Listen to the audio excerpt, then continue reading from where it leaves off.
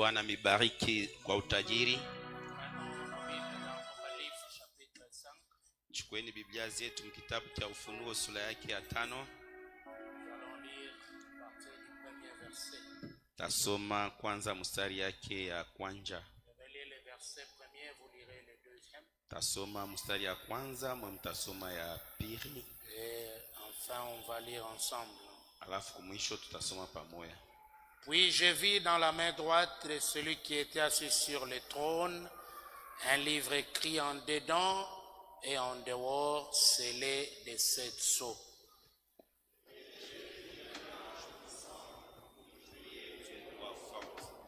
Qui est digne d'ouvrir les livres et d'en rompre les sceaux. Et personne dans le ciel, ni sur la terre, ni sous la terre, ne put ouvrir les livres ni les regarder. Et je plairai beaucoup, c'est que personne ne fut trouvé digne d'ouvrir les livres ni de les regarder. Et l'un des veillards me dit, ne pleure point, voici le lion de la tribu de Juda, le rejeton de David, a vaincu pour ouvrir les livres et ses 7 sceaux. Et j'ai vu au milieu du trône et des 4 êtres vivants, et au milieu des vieillards, un agneau qui était là comme immolé. Il avait 7 cornes et 7 yeux, qui sont les 7 de Dieu, envoyés par toute la terre. Il vint et il prit les livres de la main droite de celui qui était assis sur le trône. Quand il eut pris les livres, les 4 êtres vivants et les 24 vieillards se prosternèrent devant l'agneau près Dieu, et ils régneront sur la terre. J'ai regardé et j'entendis la voix de beaucoup d'anges autour du trône, et des êtres vivants et des vieillards, et leur nombre était des myriades et des milliers de milliers.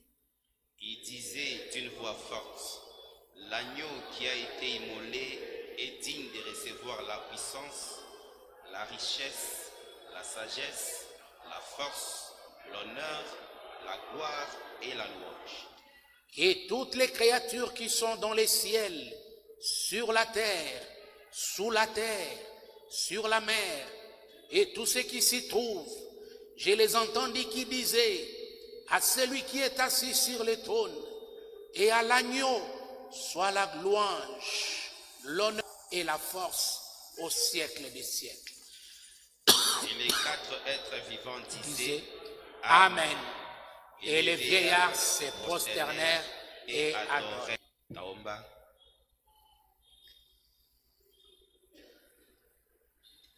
Il y a force, merveilleuse force dans les sangs, de l'agneau Du calvaire, il y a précieux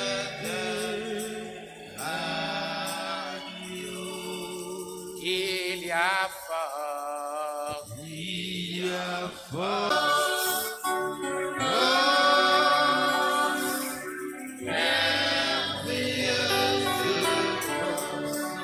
dans le sang précieux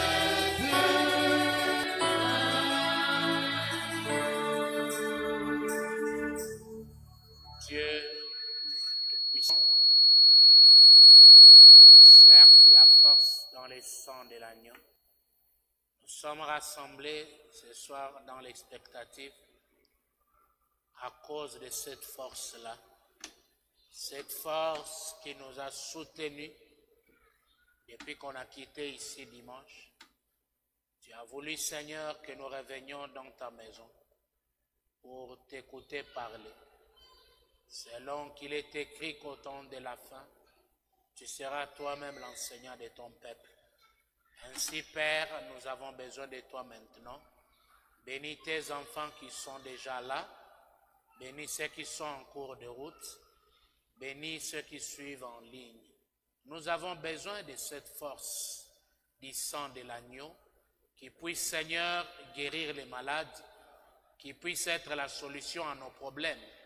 surtout nous plonger dans la profondeur de cet enseignement. Réellement besoin de toi, au nom de Jésus-Christ notre Dieu. Amen.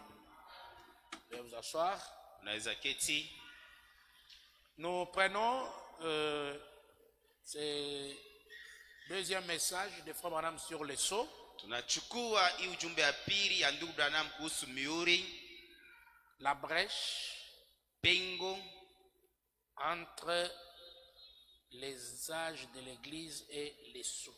kati ya bizazi ya kanisa na mihuri. C'est très important. Ya lazima kabisa.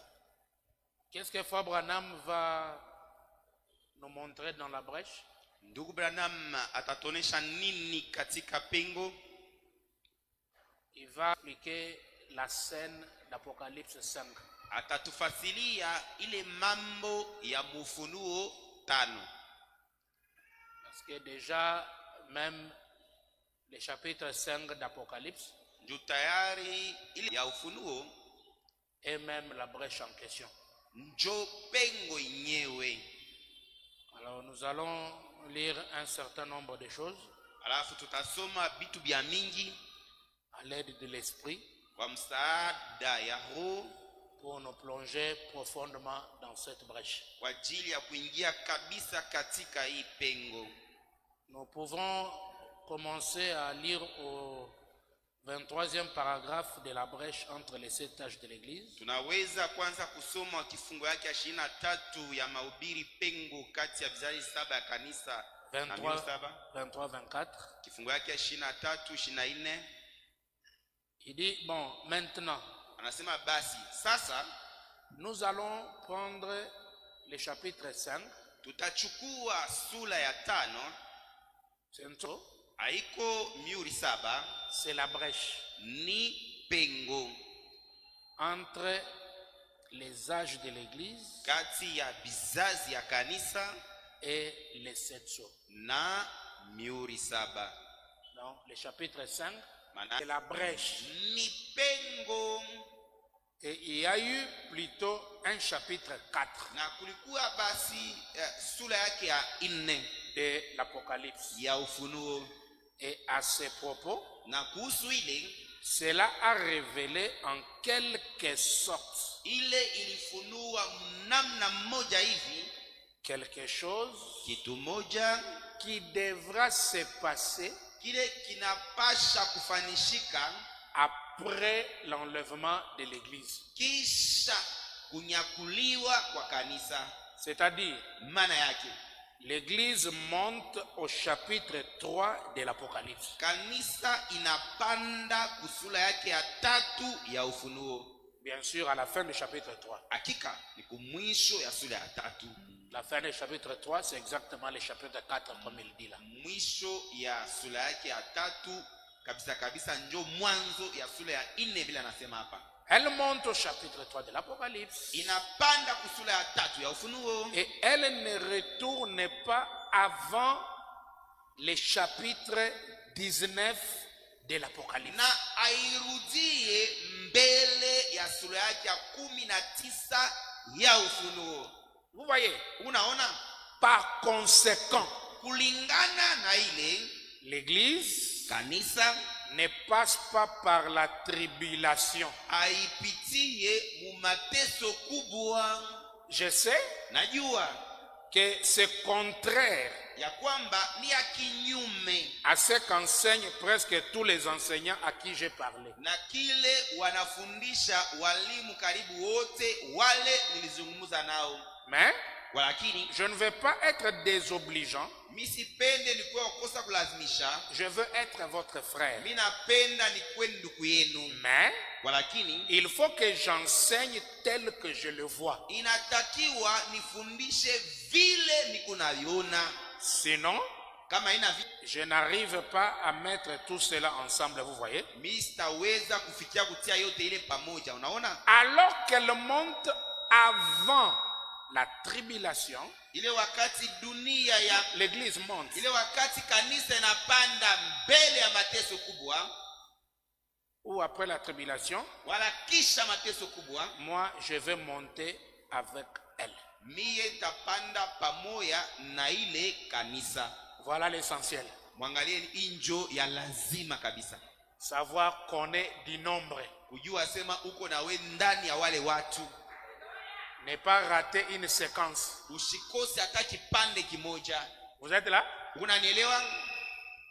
Maintenant, Sasa prenons la prédication Apocalypse chapitre 4 première partie. tuchukueni mahubiri Ufunuo sura yake ya 4 sehemu yake ya kwanza. Parce que là où nous venons de lire, Nafasi tunatoka kusoma, Frère Branham essaye de placer ndugu Branham unajaribu kupanga Apocalypse 5, Ufunuo 5, question qui est digne de prendre le livre et rompre le sceau, swali nani anastahili kuchukua ile kitabu na kuvunja miuri yake dans les événements, mumamambo selon les plans de la rédemption. kulingana na ile mapo ya ukombozi. Déjà là, Mara moja hapa il vient de nous montrer anatoka kutuonesha que Apocalypse 5, c'est après l'enlèvement. asema Ufunuo 5 ni kisha kunyakuliwa.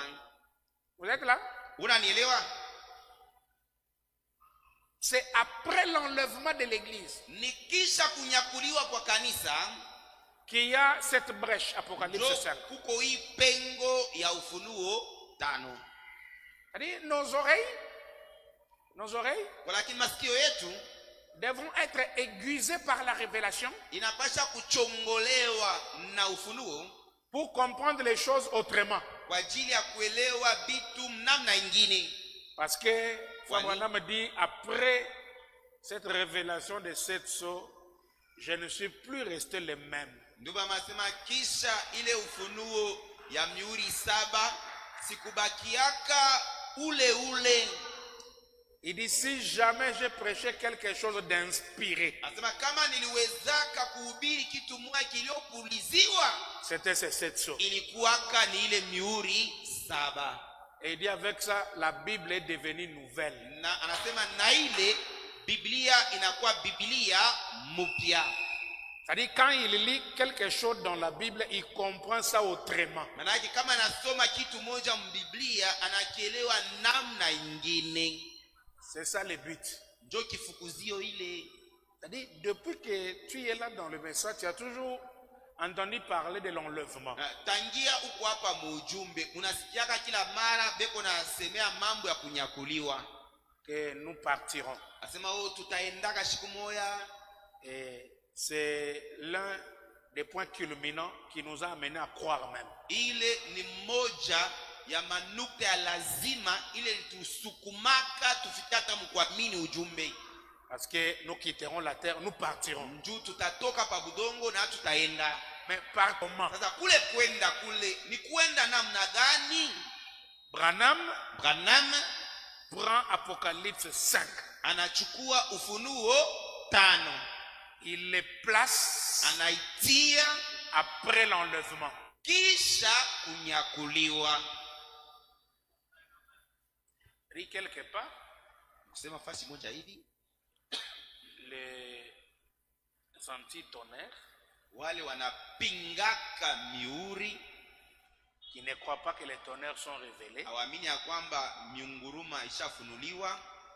le 7e sceau c'est pas révélé, Muhuri wa 7 funuliwa l'enlèvement n'a pas eu lieu. na kunyakuliwa akukufanizika.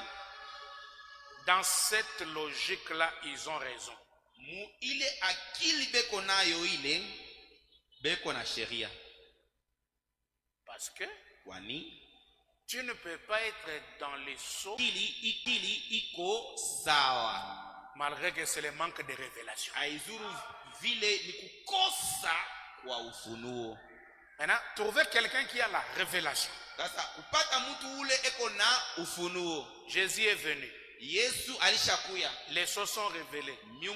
Miuri shafunuliwa. Les tonnerres sont révélés. On attend l'enlèvement. Kisha tuko naongojea kunyakuliwa. C'est illogique. Ile haina na akili nzuri ile mawazo ile. Me suivez? Unanyelewa? Vous me suivez? Uko nanyelewa? Le problème c'est on nous a pas dit Quand on est enlevé, on va où? On part faire quoi? Mambo ni abakutuelezeaki. Kama unanyakuliwa, unaenda wapi na unaenda kufanya? Ils ont mélangé tout un tas de choses ensemble. Balichampakaja banachanga bintu byote fashimoe. Or, l'enlèvement proprement dit, Ijapo kunyakuliwa ko kunyewe tu, c'est autre chose loin de ce qu'ils avaient enseigné. ni mambo ingine ya kuachana kabisa na bitu balifundishaka. On n'est pas enlevé de Atunyakuliwe la viande. Jean était un type de l'église.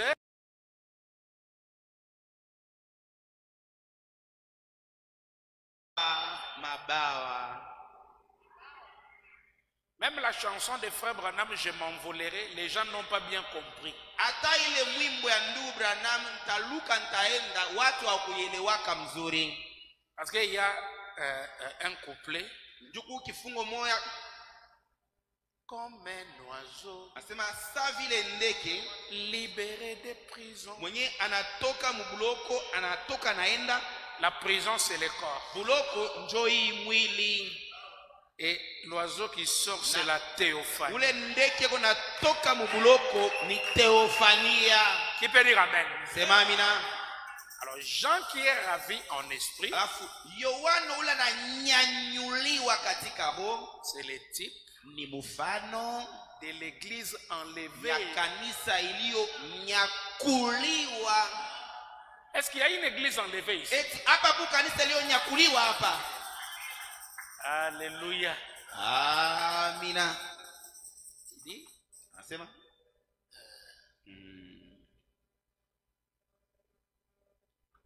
Aussitôt, Mara moja après la fin de l'âge de l'église, kisha tu mwisho ya ile kizazi ya kanisa. cet âge de l'église de Laodicée, Ile kizazi ya kanisa ya Laodikia, alors vient l'enlèvement. njo sasa kunyakuliwa unakuja. Comme Jean, Sabile Yohano, l'église monte dans la présence de Dieu. kanisa inapanda muwepo wa Mungu. Oh, cela détend simplement mon âme. Ile naburudisha tu nafsi yangu. Enlevé Kunyakuliwa, lors de l'enlèvement de l'église. wakati wa kunyakuliwa kwa kanisa. Il est dit, Imesemwa c'est à ce moment-là jomu ile wakati ile que le livre de l'Apocalypse ile kitabu ya Ufunuo est écrit. imeandikiwa. Vous voyez, Unaona, à la fin de l'âge de l'église. kumwisho ya kizazi ya kanisa. Prenons une autre citation. Tuchukue tena andiko ingine, Apocalypse 5, première partie. Ufunuo 5 sehemu yake ya kwanza, Paragraphe 54. kifungu yake ya 54. Bien.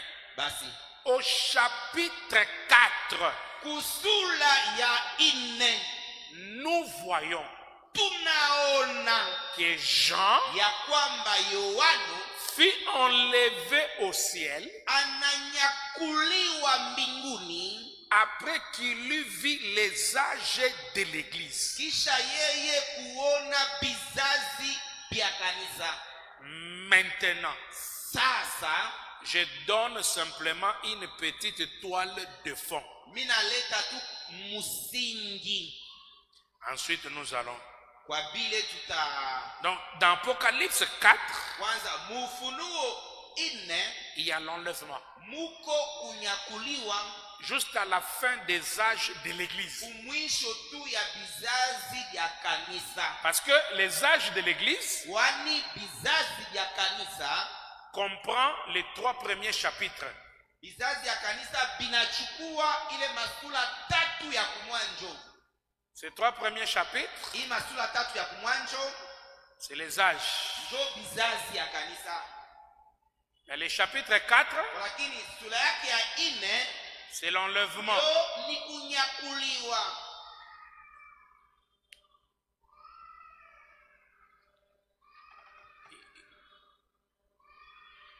Prenons Apocalypse 5, deuxième partie. Tuchukueni Ufunuo 5 sehemu yake ya pili. Paragraphe 79. fungu yake ya 79. Maintenant, Sasa nous voyons donc basi tunaona qu'au commencement ya kwamba kule mwanzo du chapitre 5, kwa sura ya 5 nous voyons que tunaona ya kwamba le chapitre 5 ile sura ya 5 n'est qu'un trait d'union. ni kistari cha muungano, kinaunganisha Exactement la brèche. kabisa kabisa pengo, Un trait d'union kistari cha kuunganisha entre les âges kuunganisha vizazi et les sceaux. na miuri. Donc, le chapitre 5 d'Apocalypse, Ile sura yake ya 5 ya Ufunuo c'est le trait d'union. ni ile kistari cha kuunganisha, Il joue le rôle de la brèche. nafanya ile kazi ya pengo, Il joue le rôle de l'intermédiaire. nafanya ile kazi ya mpatanishi. Et nous allons arriver à voir la transformation de ces chapitres. Na tutafikia mkuona mabadiliko ya hii sura hii, Ça quittera les Écritures itatoka kwenye andiko et ça deviendra un homme. na itakuwa muntu, Un homme à la brèche. muntu katika pengo, Un homme très d'union. mtu mwenye anaunganisha, anapata. Amen. Amina, Alléluia. haleluya. Suivez attentivement. Fata kwa makini, C'est le trait d'union. ni kistari cha kuunganisha, C'est une attache de diamant ni ile kitu ya almasi qui relie kenye kinawaunganisha la dernière partie de l'âge de l'Église sehemu ya mwisho ya kizazi ya kanisa. Le chapitre 4 nous dit Ile sura yake ya 4 inatuelezea que Jean nasema Yohano fut enlevé au ciel.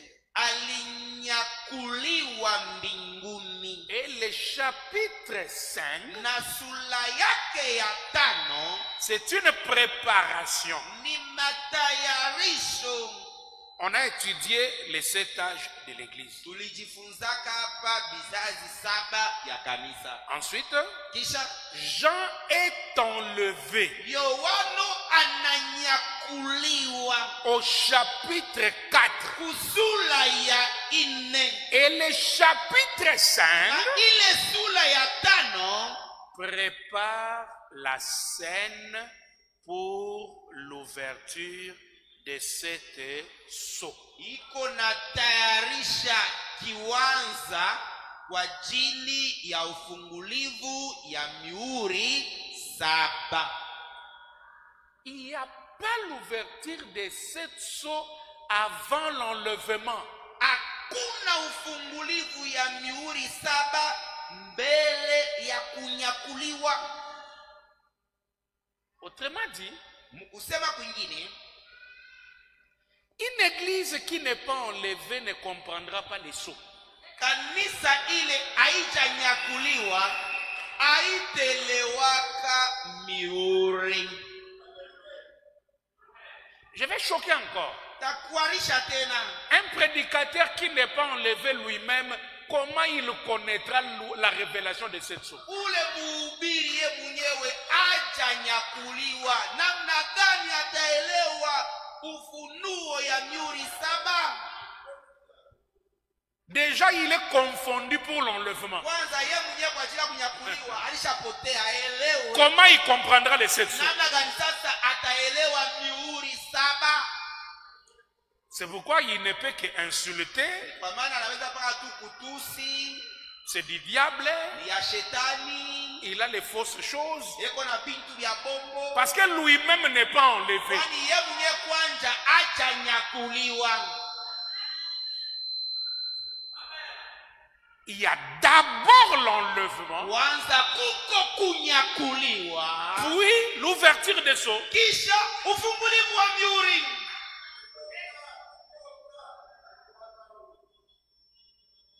Qui est enlevé? Nani ashanyakuliwa hapa?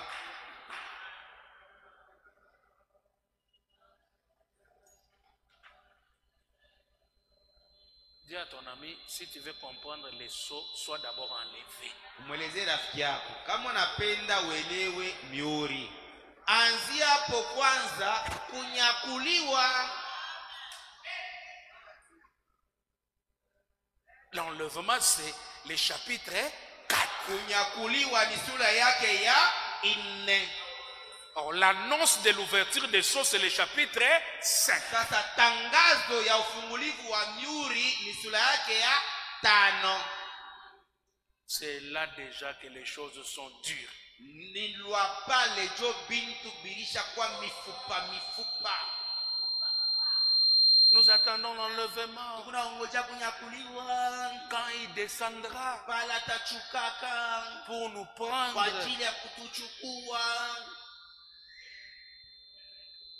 Et puis tu dis que les sceaux sont révélés. Quelle confusion.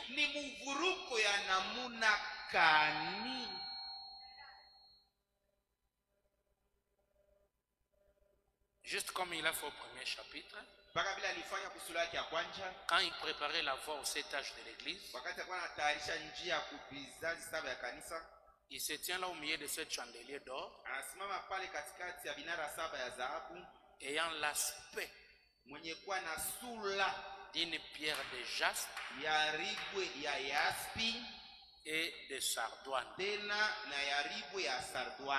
préparant la voie aux 7 âges de l'église. Moi, mon problème, c'est les détails.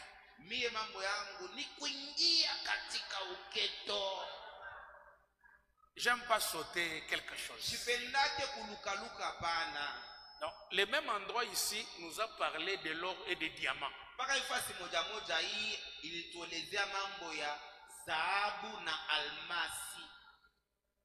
Quand il faisait l'annonce des âges, au premier chapitre d'Apocalypse, il était au milieu de 7 chandeliers d'or.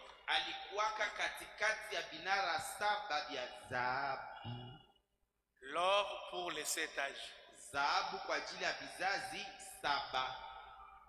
Mais quand il fait les traits d'union entre les âges pour les sceaux, c'est les diamants.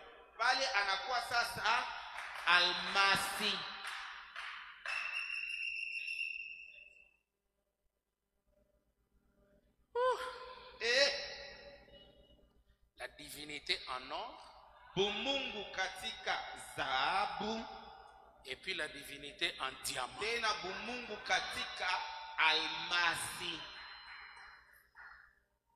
Qui connaît les diamants?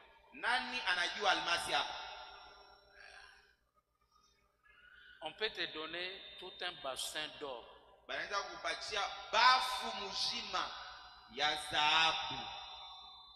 Et une pierre comme ça.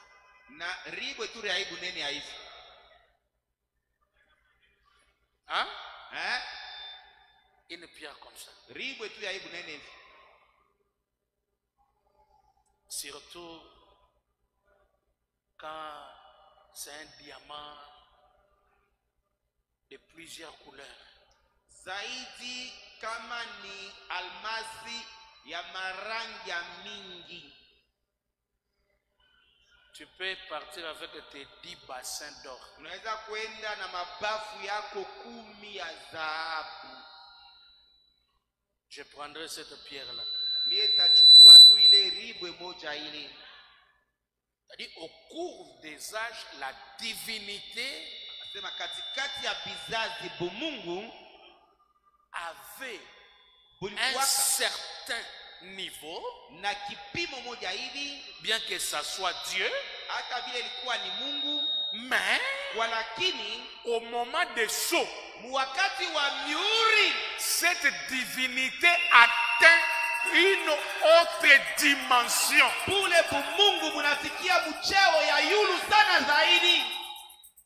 Ça devient beaucoup plus cher.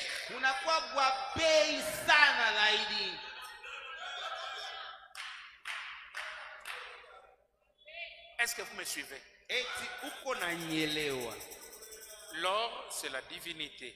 Dhahabu ni bumungu, Les diamants, almasi c'est la divinité. ni bumungu, Mais les prix sont différents. na bei inachana. À moins que vous compreniez ce que Jésus disait, celui qui croit en moi fera aussi ce que j'ai fait, l'or. Ni pa kama unaelewa kile Yesu alisemaka, ule ananiamini atafanya pia bile niko nafanya, ile ni dhahabu. Et il en fera même Tena atafanya hata plus grande. vikubwa zaidi, pia mingi zaidi. Diamant. Ile ni almasi. La même divinité Paka bule bumungu bumoya qui monte en changeant. bukunenda na kupanda mukubadilika. Voilà. Vile En réalité, katika ukweli nous sommes enlevés tulisha nyakuliwa pour écouter les sons. kwa ajili ya kushikia miuri.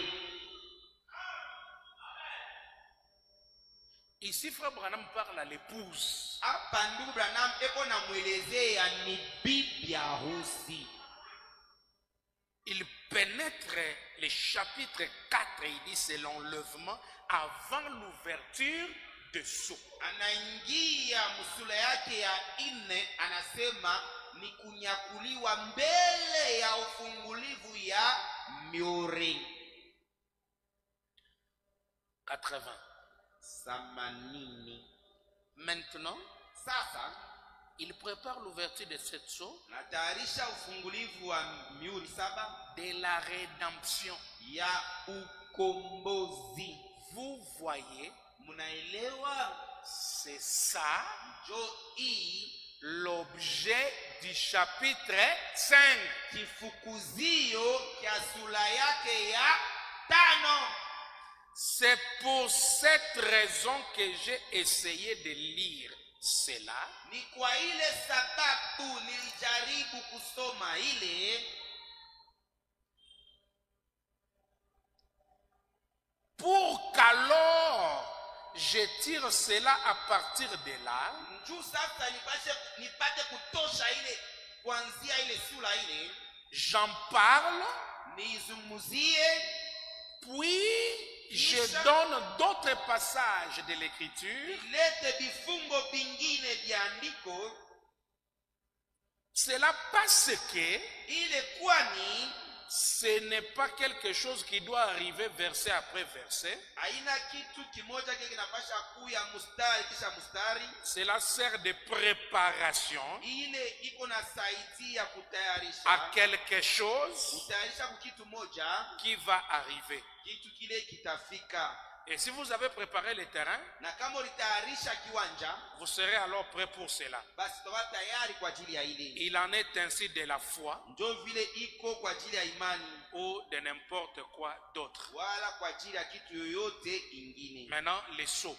Sasa miuri Donc, il continue à expliciter le chapitre 5 anaendelea na kufasilia sura yake ya 5, qui vient juste après l'enlèvement. ile inakuya kisha tu kunyakuliwa. Il dit l'enlèvement, c'est le chapitre 4. Anasema kunyakuliwa ni sura yake ya 4. Lisons un peu Apocalypse 4 là. Kwanza tusome Ufunuo yake Ufunuo sura yake ya 4. Après cela, Kisha ile j'ai regardé nilitazama, et voici une porte était ouverte dans le ciel. na tazameni mlango mmoja ilikuwa wazi mbinguni. Après cela, c'est quoi? Kisha ile ni nini? Kisha ile ilikuwa ni nini? C'est après les 7 âges de Ni l'église. kisha vizazi 7 ya kanisa. Une porte était ouverte Mlango mmoja alifunguka wazi dans le ciel. mbinguni. La première voix que j'avais entendue, Sauti ya kwanza ile nishikiaka comme le son d'une trompette na vile muririo ya baragumu qui me parlait, ilikuwa nasema na mie, dit, ikasema hivi, monte ici panda huku et je te ferai voir na takuonesha ce qui doit arriver ile inapasha kufika dans la suite. mu ufululizo.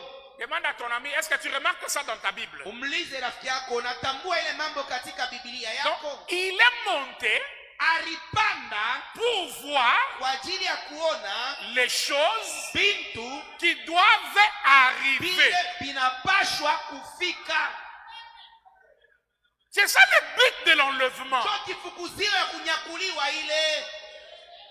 On est enlevé Kunanyakuliwa parce que les choses qui suivent là kwani bintu vile vitafuata sont des choses célestes. ni bintu vya kimbinguni. Il peut dire Alléluia. Alléluia. Ce ne sont pas les choses terre à terre. Haiko bintu vya chini chini. Les âges de l'église qui ont trait à la terre sont terminés. Vizazi vya kanisa vile vinambatana na vitu ya dunia vishamalizika. Maintenant le chapitre 4 Sasa sura yake ya 4, monte ici. panda huku Je te ferai voir takuonesha les choses bintu qui vont arriver vile vitafika par la suite. nyuma hapa. Tant que tu es sur la terre, tu ne comprendras pas les choses. Ile wakati yote uko pa budongo hautaelewa bintu. Des révélations mystères, des profondeurs de la parole. Maufunuo siri, maupana ya neno C'est pour un peuple enlevé. ni ya taifa iliyonyakuliwa. Et cet enlèvement, ce n'est pas le corps. Na kule kunyakuliwa haiko mwili, C'est être ravi en ni esprit. kunyanyuliwa katika roho. Qui peut dire Amen? Sema amina. Votre corps marche, Mwili yako mange, iko natembea, iko nakula, mais ton esprit, lakini roho yako, ton âme nafsi yako est au ciel. iko mbinguni.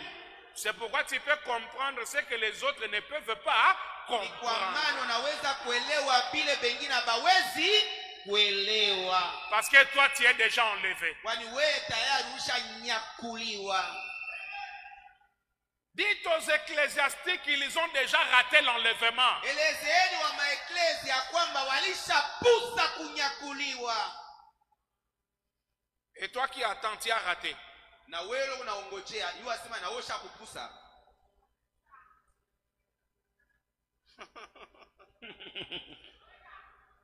Pasteur, c'est quoi? Je parle à l'épouse. Job ya je vile lwangu niko naelezea ni bibi harusi. Quand on veut aider les bébés, comme je l'ai dit, nous prenons un langage ecclésiastique, un langage de tout le monde. Wakati tunapenda kusaidia wana wachanga, tunabia msemo ya eklesia, msemeo ya bantu bote. Nous attendons l'enlèvement. Tuko naongojea kunyakuliwa. Vous êtes là? Unanielewa? Les sceaux Myuri ne sont pas annoncés sur la terre. abaitangaze pa budongo. L'annonce des sceaux se fait, Jean est déjà au ciel. Tangazo ya myuri inapanizika wakati ile Yohana tayari ashafika mbinguni. Monte ici, Panda huku je vais te faire voir takuonesha les choses. bintu. Et la première des choses qu'on va lui montrer, Na kitu cha kwanza kile batamuonesha Apocalypse 5. ni Ufunuo 5. Qu'est-ce qu'il y a dans Apocalypse 5? Ufunuo 5 muko nini? Il dit, je vis dans la main droite Anasema niliona mkono ya kulia de celui qui est assis sur le trône ya ule alishakuikala pakiti ya enzi, un livre kitabu moja écrit dedans, écrit dehors. yenye kuandikiwa ndani na nje, Les tout scellés yote yenye kufunga de 7 sceaux. na myuri 7. Et nous allons comprendre avec Frère Branham. Na tutaelewa pamoja na ndugu Branham. Ce qui est écrit dedans, c'est les Écritures. Ile inaandikiwa ndani ni miandiko. Et ce qui est écrit dehors, Na ile inaandikiwa nje c'est la révélation. ni ufunuo.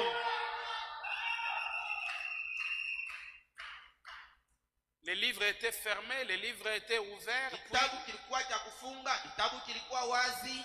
Puis, quand on finit à révéler les livres, il est fermé à nouveau. Wakati wanamaliza kufunua ile kitabu, banakifunga tena. On commence à lire au dos. Banaanza kusoma kumkongo wa kitabu. Écrit en dedans et en dehors. Kenye kuandikiwa ndani na nje. Écrit en dedans, on va lire Paul a dit. Kenye kuandikiwa ndani tutasoma Paulo alisema. Matthieu a dit. Mathayo alisema. Moïse a dit. Musa alisema. Tel a dit. Fulani alisema. Tel a dit. Fulani alisema. Jusqu'à arriver au point Mpaka na kufika wakati ile où vous croyez des choses ile unamini bintu qui ne sont pas dedans, bila bina ndani, mais c'est écrit en dehors. lakini binaandikiwa nje. Il peut dire Amen. Sema amina. C'est comme ça que je crois William Branham. Jo vile mina muamini William Branham. C'est-à-dire, Maana yake Branham me dit quelque chose. Branham ananielezea kitu moja. Même si là-dedans, il n'y en a pas. Hata kama humu ndani akinamo.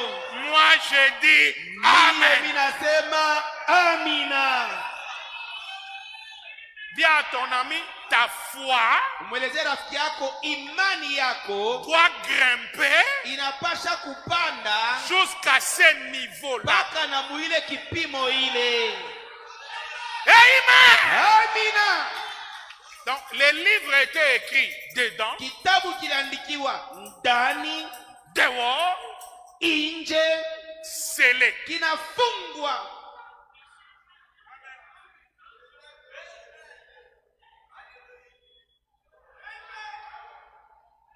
Et c'était à la main droite Na kilikuwaka mumukono ya kulia, de celui qui est assis. mukono ya ule alisha ikala Sur le trône. pakiti kya enzi. À moins que quelqu'un soit nouveau pour ne pas comprendre le trône. Ni mpaka kama uko wa sasa ndio utashindwa kuelewa kiti kya enzi. Il n'y a pas de fauteuil au ciel, Kumbingu akuikalake kanape ni de plastique. wala ukalake kiti kya plastiki. Si nous voulons connaître le trône, appelons Ézéchiel. Kama tunapenda tujue kiti kya enzi ni nini, twende tukamwite Ezekieli. Ézéchiel nous dira, Ezekieli atatuelezea au fleuve Kébar, kumuto ya Kebar j'ai eu des visions. nilipata maono. Et quand je vis la vision du trône, Na wakati niliona ile ono ya kiti ya enzi, c'était un homme debout, ilikuwaka ni muntu uleko bwima. depuis les reins Kwanza mkifuno yake jusqu'en haut, kwenda yulu c'était le feu. ilikuwa ni moto. Depuis les reins Kwanza mkifuno yake jusqu'en bas, kwenda chini c'était le feu. ilikuwa ni moto. Et il était entouré Na alikuwa mwenye kuzungulukwa de 4 êtres vivants. na wenye ai ine. Il peut dire Amen. Sema amina. Maintenant, vous vous représentez le trône Sasa unajiwakilisha kiti ya enzi et vous voyez celui qui est assis sur le trône. na unamona ule ashakuikala pa kile kiti kya enzi. Amen. Amina. Le trône, c'est cet homme-là. Kiti ya enzi ni ule mtu ule, Et celui qui est assis en lui, na ule ashakuikala ndani yake c'est Jésus-Christ. ni Yesu Kristo. C'est-à-dire, Maana yake c'est Jésus qui tient les livres. ni Yesu ndio alishachika ile kitabu. Amen. Amina. Ah. Plus tard dans les 7e chose, vous allez comprendre cette illustration Mbali zaidi mule muri wa 7 mutaelewa hii mfano que quand Frère Branham donnait les sceaux, ya kwamba wakati ndio Branham alikuwa anataka miuri en réalité, mu ukweli il prenait prenait les choses dans son cœur. alikuwa nenda na shota bintu mumoyo yake anabileta. Lui, c'est le trône. Yeye ni kiti ya enzi, Jésus est à l'intérieur. Yesu yuko ndani yake. Il prenait les choses à l'intérieur de son Alikuwa cœur nabeba bintu ndani yake et il donnait. kisha alikuwa anabileta. Amina we. Amina we. Bien. Basi Prenons la brèche. chukueni pengo. Parce que Kwani c'est cette scène-là qu'on appelle la brèche. ni hii mambo hii ndio beko naita pengo.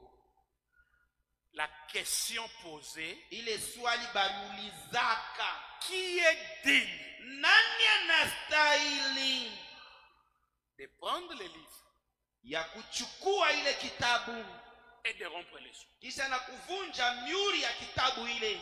Qui est? Nani ule anastahili?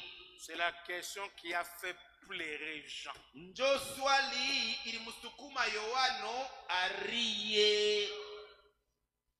Et je le répète que si quelqu'un n'est pas enlevé, il ne comprendra rien de ces choses. Na naisema tena, kama mtu ajanyakuliwa ataelewa ibi bintu, Il ne saisira absolument rien. atashika kitu hata kimoja.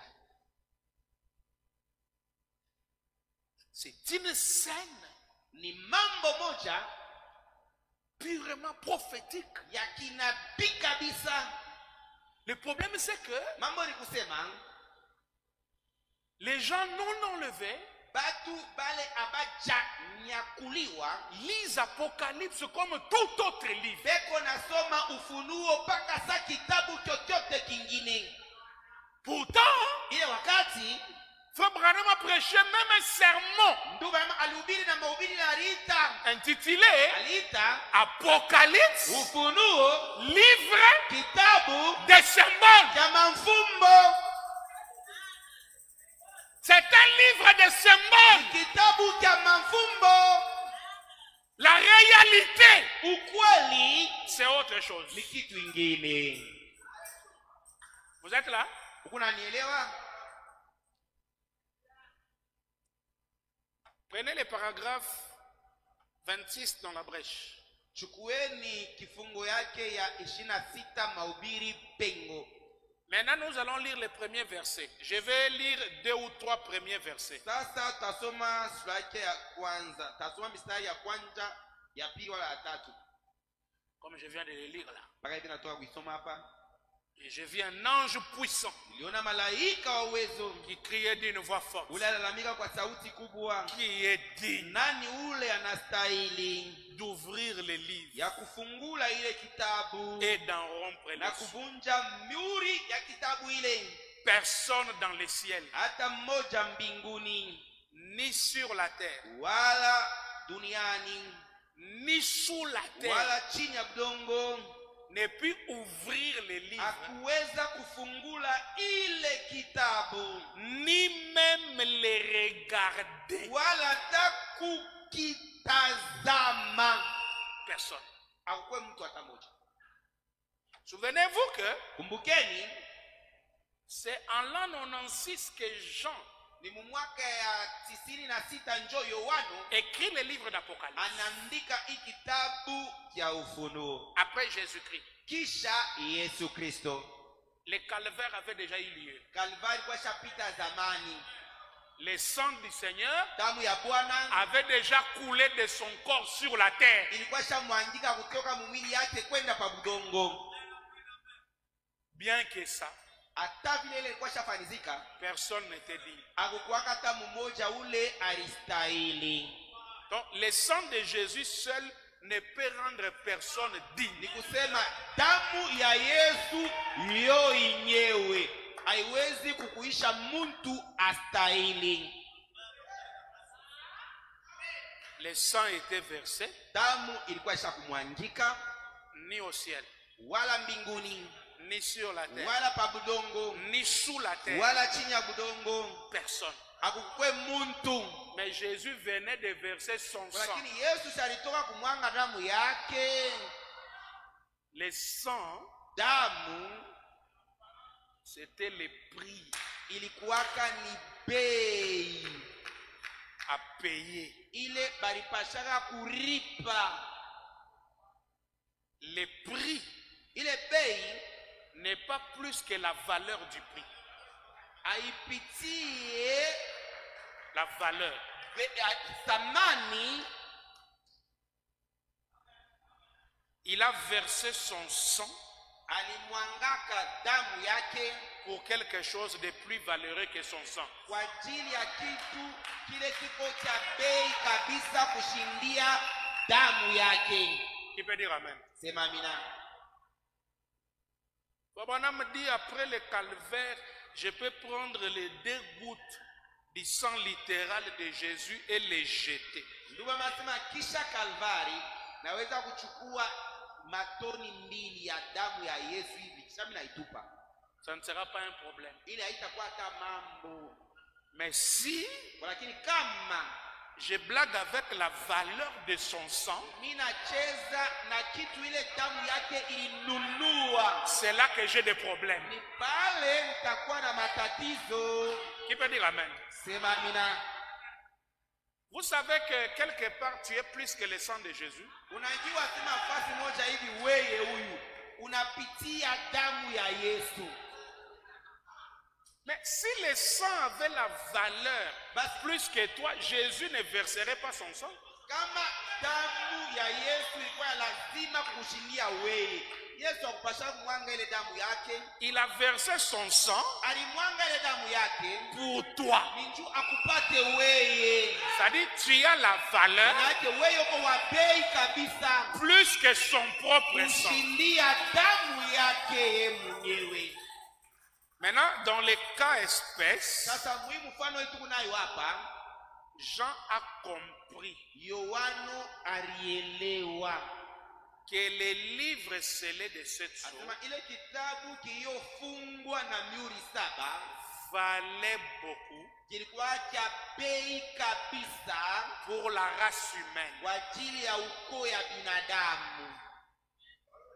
Jésus a payé le prix pour libérer les livres. Yesu alilipa bei kwa ajili ya kukombola kile kitabu kile. Mais on dit personne n'était digne. Sasa banasema akukwe mtu ule alistahili. Je pars doucement là, Niko nenda pole pole en cet endroit, baifwashi parce que c'est là que beaucoup sont déroutés. junjolo hapa bamingi beko na potelea nilo hapa. Et quand tu ne comprends pas la scène d'Apocalypse 5, tu as embrouillé ton tableau sur le sceau. Na kama awelewe hii mambo ya Ufunuo 5 unaribisha ubao yako kwa mambo inaangalia miuri. Apocalypse 5 est bien appelé trait d'union. Ufunuo 5 wanaita kistari ya kuunganisha, La brèche, pengo, un ministère d'intermédiaire. huduma ya upatanishi. Amen. Amina. Il s'agit de cet homme-là, Inamwangalia ule mtu ule, l'intermédiaire entre Dieu et l'homme. ule mpatanishi kati ya Mungu na mtu. C'est ça la brèche. So pengo ile.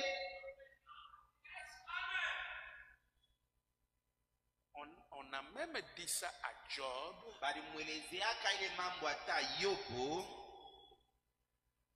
On va y arriver peut-être vendredi. Tutafikia kwa saa ingine mkazi 5.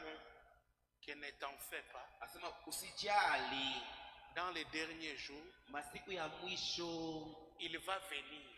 atakuya. Qui? Nani? L'homme la brèche. Ule muntu pengo. Qui fera le rôle Ule atafanya ile kazi d'unir ya kupatanisha les dieux saints ule Mungu mtakatifu et l'homme pécheur. huyu mtu muovu Et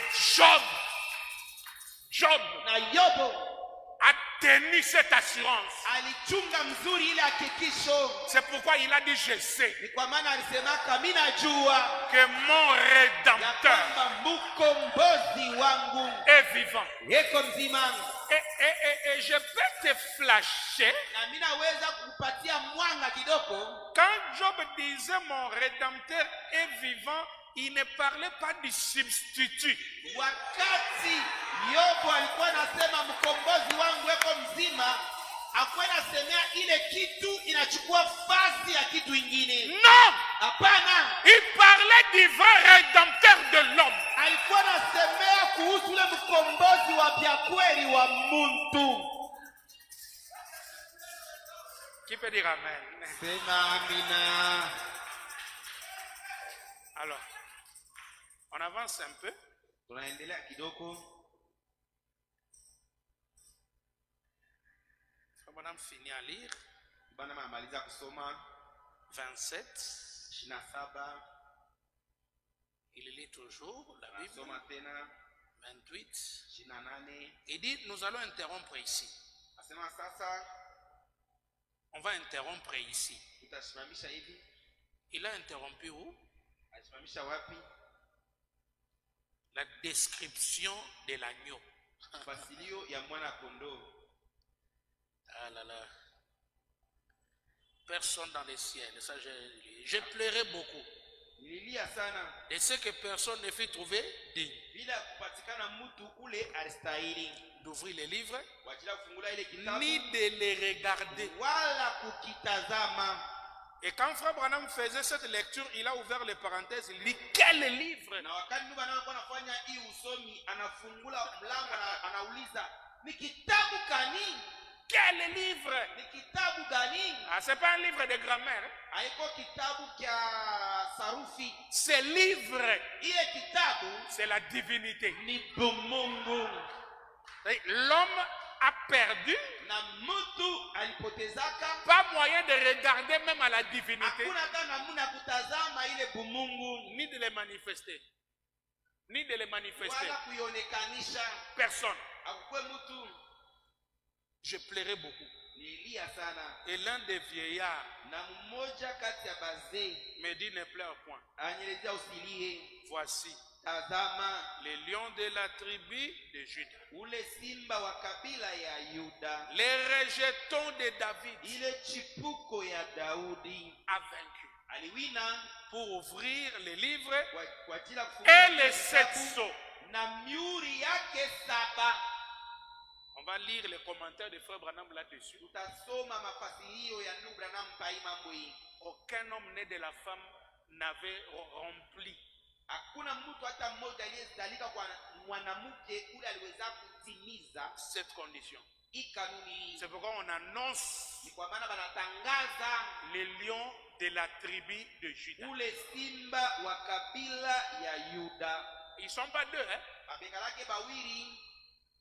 Quand vous entendez le lion de la tribu de Juda, unasikia sema ule simba wa kabila ya Yuda, c'est Jésus de Nazareth. ni paka Yesu wa Nazareti. Personne d'autre, lui. Mtu mwingine hapana, ni paka yeye.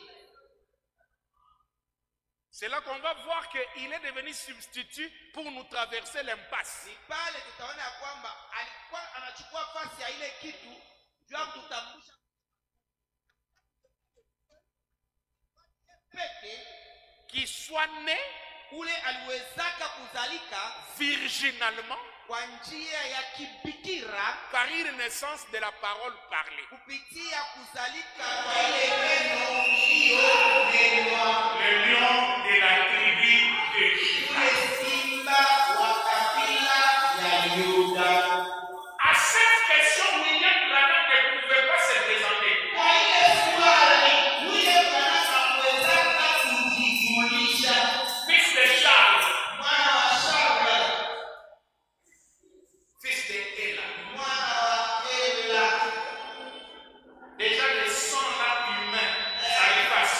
Ile damu ya mtu inaweza kuwewe. Moïse, Musa, malgré il a fait des miracles, la mer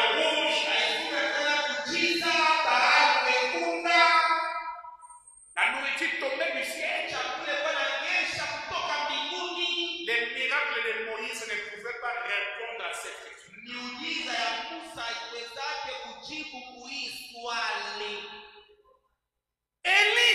Elia, malgré il a fait descendre le feu du ciel, Haidhuru alishushaka moto toka mbinguni. c'est-à-dire la réponse à cette question, Manake jibu kuhii swali aucun prophète. nabii hata moja. Est-ce que vous me suivez? Eti uko nanielewa? Et on annonce qui? Na banamtangaza nani? Les lions Ule simba de la tribu wa ile kabila de Juda. ya Yuda. Ça repart dans la bénédiction zodiacale des enfants de Jacob. Nalingana na baraka ya kizodiaki ya watoto wa Yakobo. Juda le quatrième, Yuda ule wa nne, le lion. ule simba.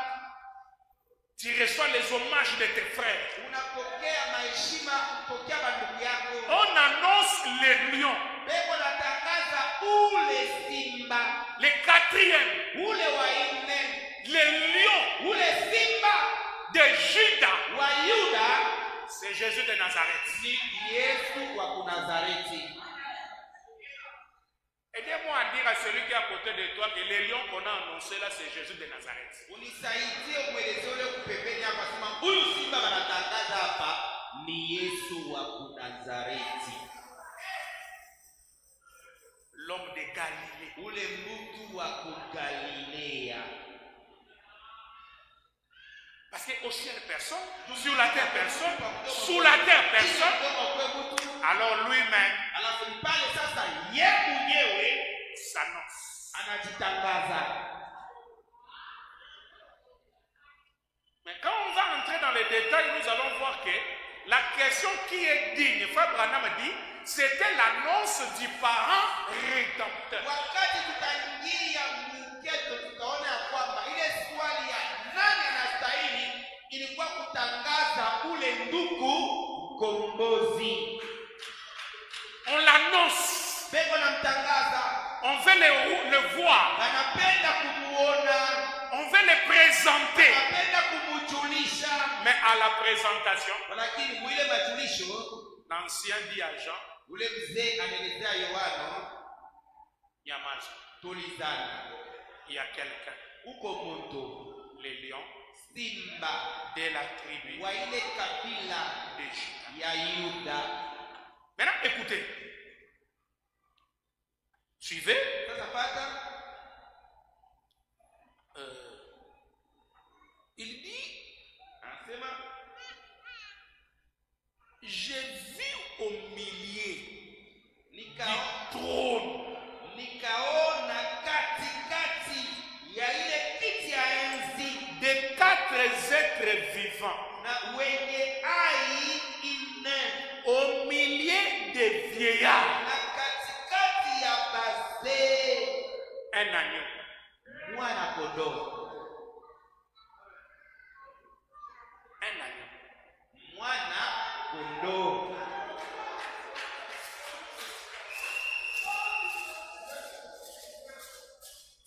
On n'a pas dit l'agneau, Abakuseme mwana kondoo.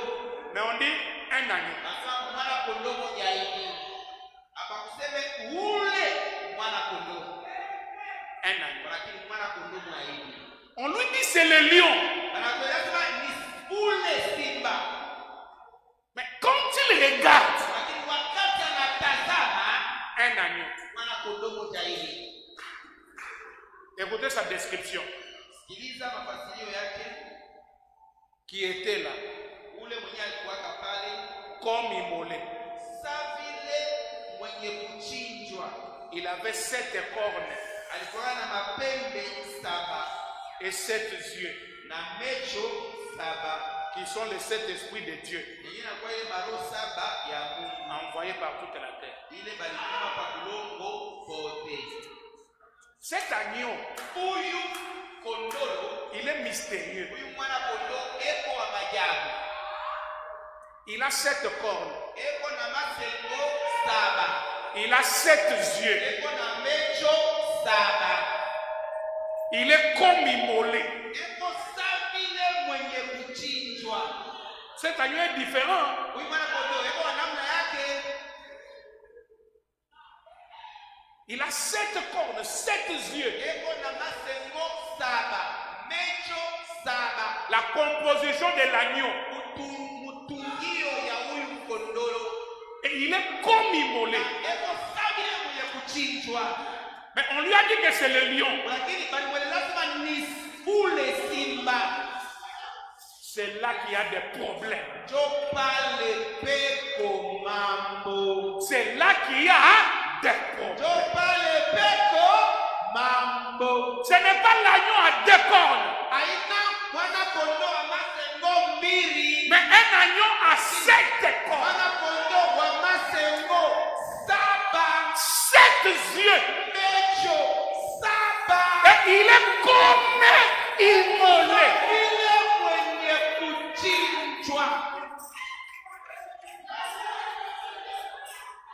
Ce n'est qu'en bas. Quand l'adoration va commencer, qu'on va s'adresser maintenant à l'agneau immolé.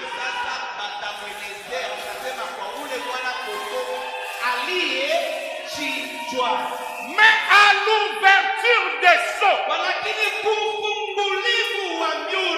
ne parle pas de l'agneau immolé. On parle de l'agneau comme immolé. Qui peut dire amen?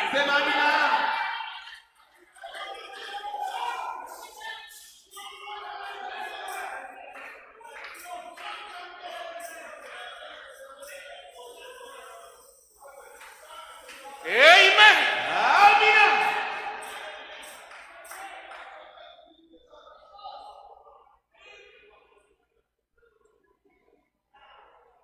Alors il dit, ce livre scellé de 7 sceaux est révélé au temps de 7 tonnerres.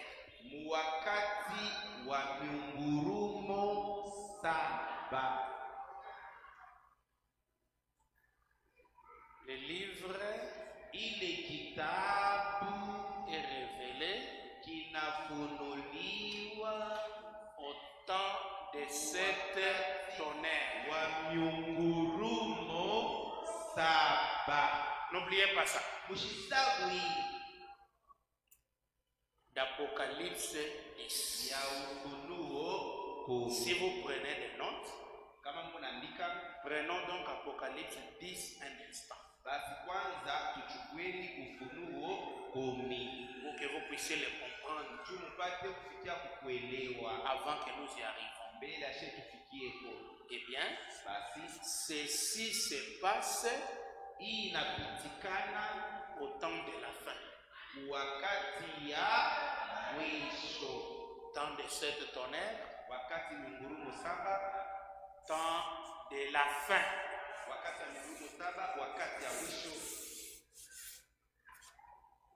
Qu'est-ce que tu peux comprendre là? Que le temps de 7 tonnerres signifie le temps de la fin.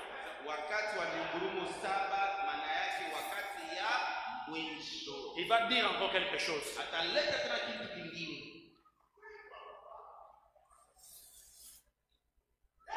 Je vis un autre ange puissant, descendait du ciel, enveloppé d'une nuée, dessus de sa tête, l'arc-en-ciel.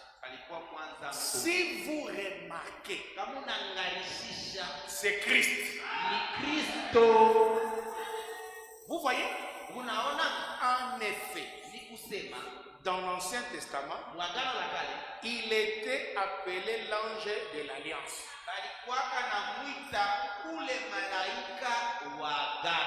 Et dans Apocalypse 10 ici, maintenant, il vient tout droit aux Juifs.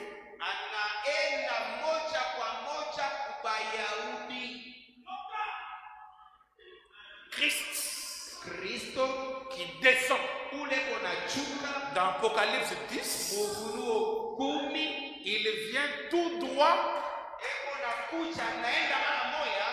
Juifs. Car Kwani pour ce qui est de l'église, kwa mambo inaangalia kanisa c'est terminé. ilishaisha. Très bien. Nzuri kabisa. Apocalypse 10, il vient tout droit. Ufunuo 10 pale kunakuja kunaenda mara moja kwa Wayahudi. Quand il était descendu avec les deux anges, il descendait tout droit à Sodome. Pale alichukaka na malaika bawili, alichukaka nenda moja kwa moja kusodoma. Mais la foi de HAM, Lakini ile imani ya HAM l'a retenu ilimchumlisha kidogo. là où il a mangé, Basi alikulaka, il a bu, alikunywaka, il a tourné le dos, aligeuza mgongo, il a discerné les pensées. alifafanua mawazo, Et puis il a amené Abraham sur la montagne. kisha alimpeleka Ibrahimu pa mlima. Il dit, cacherai-je à Abraham Eti nitamfuchika Ibrahimu ce que je veux faire? vile mimi nafikia kufanya. Quand il termine tout ça, Wakati anamaliza vyote vile, il descend à Sodome. ndio anapeleka kusodoma. Apocalypse 10. Ufunuo 10 Il vient tout droit aux Juifs. anakuya moja kwa moja kwa Wayahudi, Mais à cause de HAM, kwa ajili ya HAM il transite chez l'épouse. anapitia kidogo kwa bibi harusi, Il mange, anakula, il boit, anakunywa, il tourne le dos. anageuza mgongo, Il amène HAM sur la montagne. anampeleka HAM pa mlima, Il lui révèle tous les secrets. anamfunulia masiri yote. Il peut dire Alléluia. Haleluya!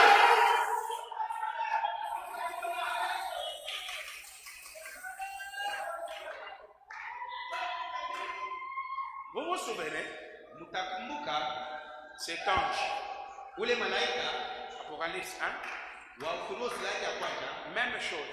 mambo moya moya. Un ange, Malaika ça veut dire maana yake un messager. mjumbe, Il est un messager envoyé à Israël. eko mjumbe ule banamutuma kwa Israeli. Vous voyez, Unaona, l'église a été enlevée. kanisa ilinyakuliwaka. Vous voyez, Unaona maintenant, sasa où wapi elle est sur le point d'être enlevée. ao kanisa iko tayari ya kunyakuliwa, Il vient prendre son église. anakuya kuchukua kanisa yake. Maintenant, suivez attentivement. Sasa fata kwa makini. Quand Apocalypse 10 s'accomplit, l'enlèvement avait déjà eu lieu. Wakati Ufunuo 10 unatimizika, kunyakuliwa mwile wakati kulishafanyika zamani. Amen. Amina. Il regarde, il descend un peu. Anatazama kisha anachuka kidogo. Il dit, bon, l'église est sur le point d'être enlevée. Anasema basi kanisa liko tayari ya kunyakuliwa. Il est venu prendre son épouse. Anakuya kuchukua kanisa yake. C'est comme ça que les prédicateurs de la seconde venue mangent courte prêche. Ndio vile bahubiri bahujua mara pili mikono kukachika vile wanahubiriana. Ouais. C'est la seconde venue manche courte. Ujua mara pili mikono kukachika. Il est venu dans la nuée pour nous prendre Alikuwa mwingo kwa ajili ya kutuchukua et nous attendons l'enlèvement. kisha tunaongojea kunyakuliwa. Bon, on peut le dire aussi Basi na shehe tunaweza isema pour gérer les bébés. kwa ajili ya kuongoza kumfiri wana wachanga. Mais, Kwa lakini entrons en profondeur. ingie mpana La venue de la nuée, ujio ya wingo en réalité, mukweli c'est la troisième venue. ni ujio ya mara ya tatu.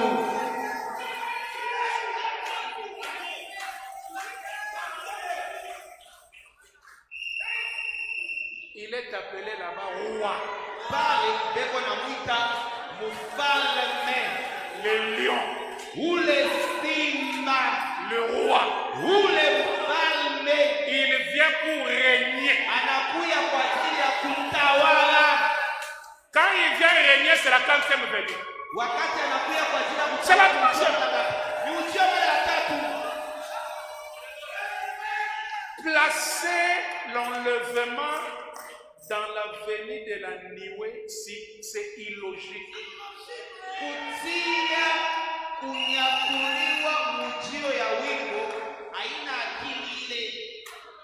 Nous étions déjà enlevés Tulikuwaka tulishakanyakuliwa. et nous descendons avec le roi. Na hapa sasa tuko na shuka na ule mfalme.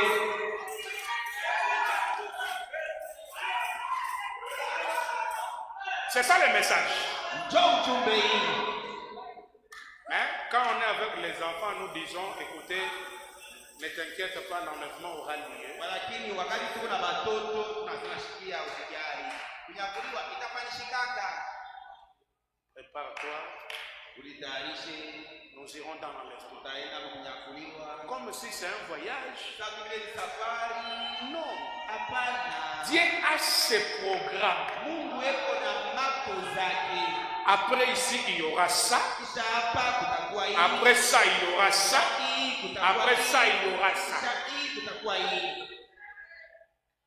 Appelant chaque chose en son nom. Mkuita kila kitu pa jina yake. Quand il descend là, Pale unachukua pale, l'église est déjà enlevée. kanisa ishakunyakuliwa zamani. C'est la venue pour Israël. Ni ujio kwa ajili ya Israeli. Mais à cause de nous, Lakini kwa ajili yetu il fait un escale. anapitia kidogo kwetu.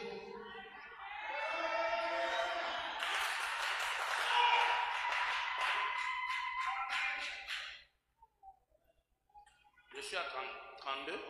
Iko 32. Or, ici, c'est Apocalypse 5, il était fermé. Hapa ni Ufunuo 5 ilikuwa imefunga Et ici, il est ouvert, Apocalypse 10. na hapa iko wazi Ufunuo 10. Depuis ce temps où il avait été scellé, Kalia wakati walifungaka et maintenant le livre est ouvert. na hapa sasa ile kitabu iko wazi.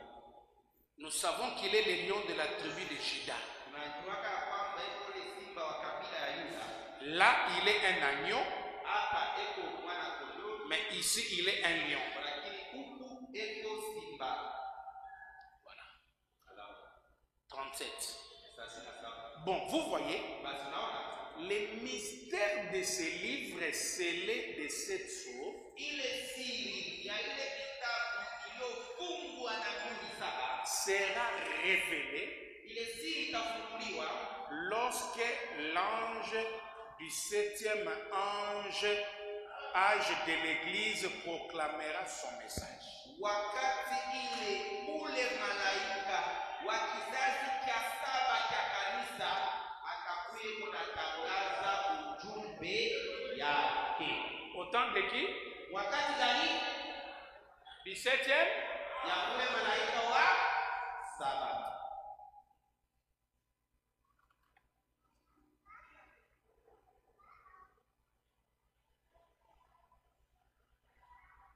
Pouvez-vous relier ces choses? Unaweza kuunganisha hiki kitabu hili? Le livre est révélé au temps de cette tonnerre. Kitabu kinafunuliwa wakati wa mgurumo saba. Le livre est révélé au temps de la fin. Kitabu kinafunuliwa wakati ya mwisho. Le livre est révélé Kitabu kinafunuliwa au temps du 7e ange. wakati wa ule malaika wa saba. C'est trop clair, hein? Si wazi kabisa. Le temps de la fin, Wakati ya mwisho c'est le temps de cette tonnerre. ndio wakati ya mgurumo saba. Ou encore, Au tena le temps du 7e ndio ange. wakati ya ule malaika wa saba. Et si on peut faire la liaison entre les 7 tonnerres Na kama tunaweza kupatanisha kati ya migurumo saba et le septième ange, na ule malaika wa saba, nous dirons nasema les livres révélés au temps de sept tonnerres, ile kitabu iliyofunuliwa mu wakati wa kingurumo. les livres révélés au temps du septième ange. Ile kitabu kinafunuliwa mu wakati wa ule malaika wa saba. Qui est le sept tonnerres? Sasa kingurumo saba ni nani? Le septième ange. Jo ule malaika wa saba.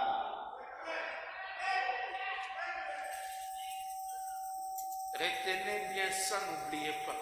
Muishike hii mzuri kabisa, msisahau. Parce qu'on verra que c'est venu à toute vitesse.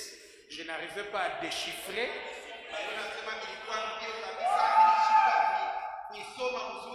Qu'est-ce qui venait à toute vitesse qu'il n'arrivait pas à déchiffrer? C'était les sept tonnerres.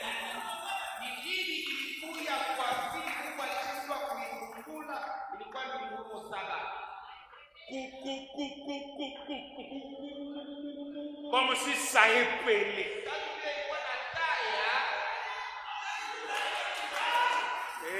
Amen. Les sept tonnerres, c'est le septième ange. Je vais terminer ici. Je vais terminer ici pour ce soir.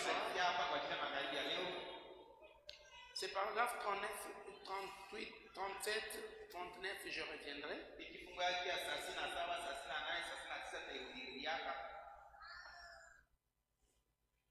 Voilà, je lis 39. Bon, il est écrit de façon mystérieuse.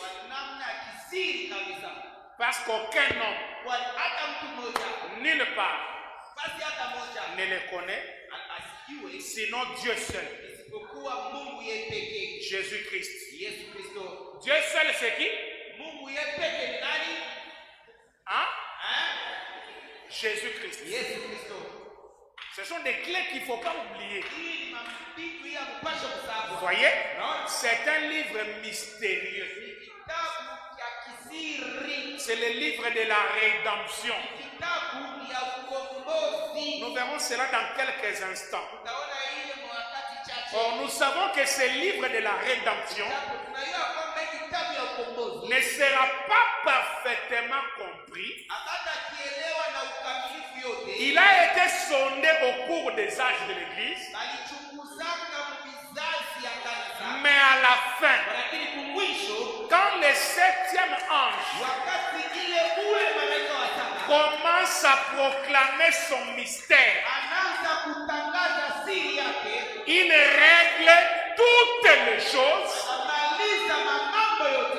que ces hommes avaient sondées et qui étaient restés en suspense. Et les mystères descendent d'auprès de Dieu, attend que la parole de Dieu, et il révèle l'entière révélation de Dieu. À ce moment-là, la divinité et tout le reste seront réglés. Tous les mystères. Oh, qui peut dire Alléluia? Bon, je lis ici. Un guide et je termine. Paragraphe 35. Le Saint-Esprit parle toujours de la parole. J'ai beaucoup de choses à vous dire. Vous ne pouvez pas les comprendre maintenant.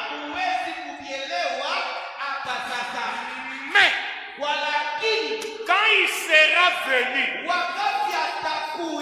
il vous conduira à elle.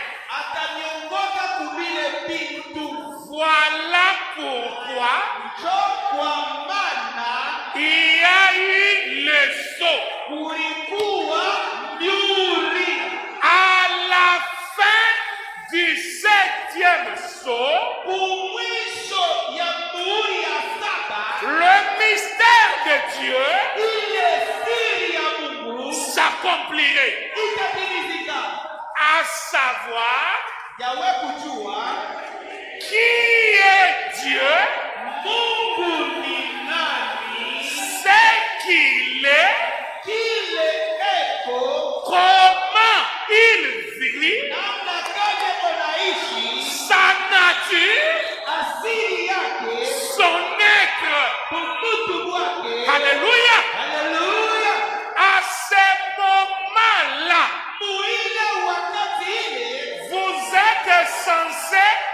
être tout en haut. Ici en haut. Vous voyez? Salut à ton frère, dis-lui. Commence à venir en haut. Soyez enlevés pour comprendre l'ouverture des sceaux. En réalité, ces livres révélés, c'est la divinité.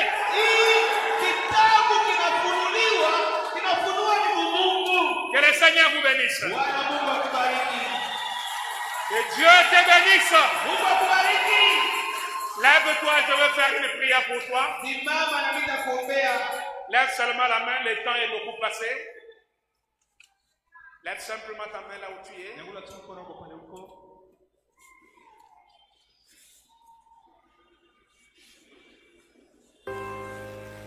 Je crois la parole faite chair. Oui, je crois. Je crois la parole faite chair. Oui, je crois. Je crois la parole faite chair. Oui, je crois. C'est pourquoi je chante gloire au Seigneur. Amen. Je crois la divinité. Oui, je crois. La divinité dans l'homme. Oui, je crois. Je crois la parole faite chair, oui, je crois. C'est pourquoi je chante gloire au Seigneur. Je crois la divinité, oui, je crois. La divinité dans l'homme, oui, je crois. Aujourd'hui, le ciel est vide, oui, je crois. C'est pourquoi je chante gloire. Dieu Tout-Puissant, je les apporte un message entièrement surnaturel.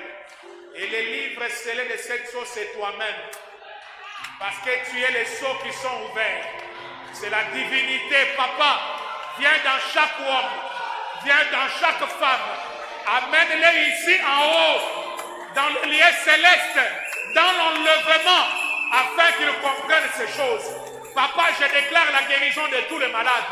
Au nom puissant de Jésus-Christ, la solution à tous les problèmes. Élève la foi de chacun et grimpe-les en haut ici. Merci pour toutes choses. Accompagne tes enfants. Que ces choses deviennent vie en eux. Au nom de Jésus-Christ. Amen.